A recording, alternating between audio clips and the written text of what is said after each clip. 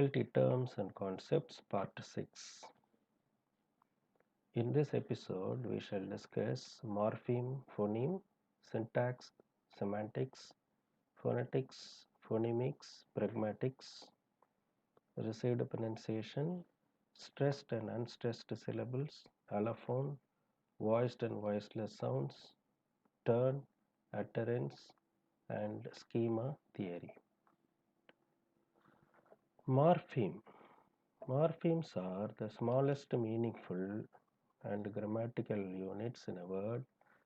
A morpheme cannot be divided without altering or destroying its meaning. For example, phones contains two morphemes, phone and yes. Helpless contains two morphemes, help and less. On the other hand, the word table contains only one morpheme, RP. This stands for received pronunciation.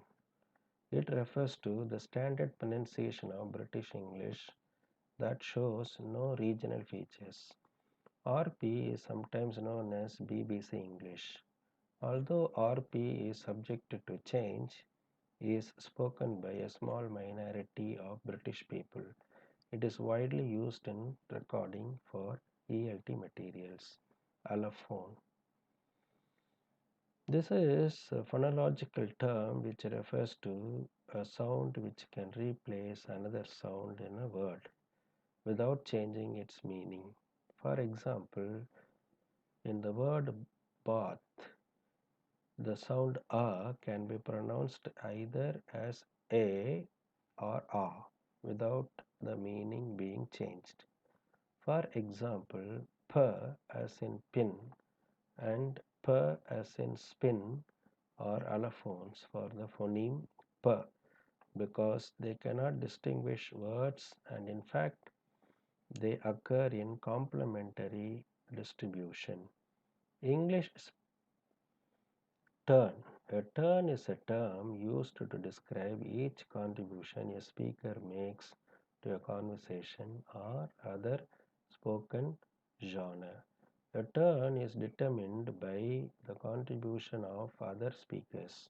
For example, a turn begins when one speaker begins to talk and ends when another speaker takes over.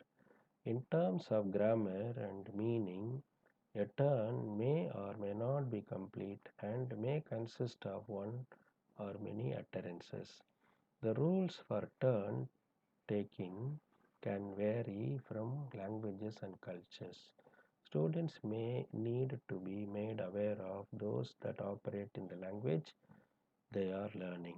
Intonation and body language play an important role in marking turns. Utterance. Utterance. A word or group of words normally in speech that make sense by themselves but do not necessarily contain grammatical requirements of sentences found in more formal written language. According to Longman Dictionary of Language Teaching and Applied Linguistics, the year 2010, an utterance is defined as a unit of analysis in speech which has been defined in various ways, but most commonly as a syntax or a sequence of words within a single person's turn a talk that falls under a single intonation contour. Utterances may sometimes consist of more than one sentence, but more commonly consist of stretches of speech shorter than sentences. The term utterance is often used in contrast to sentence in written language. The following little dialogue contains two utterances. For example, A says, "He did not really understand what was going on." B replies, "Right." Schema theory.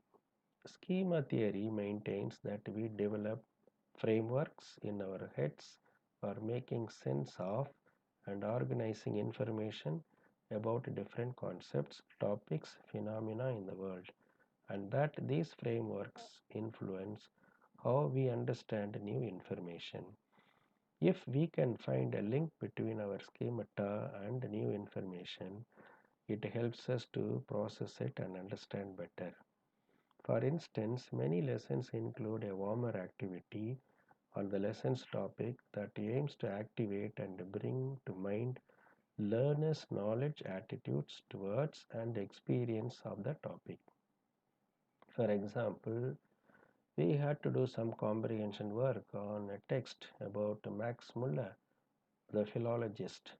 So I did a warmer activity to help activate learners' schemata about him. But what was found there was that no one had ever heard of him or what he did. That made comprehension work much more difficult as students could not really understand.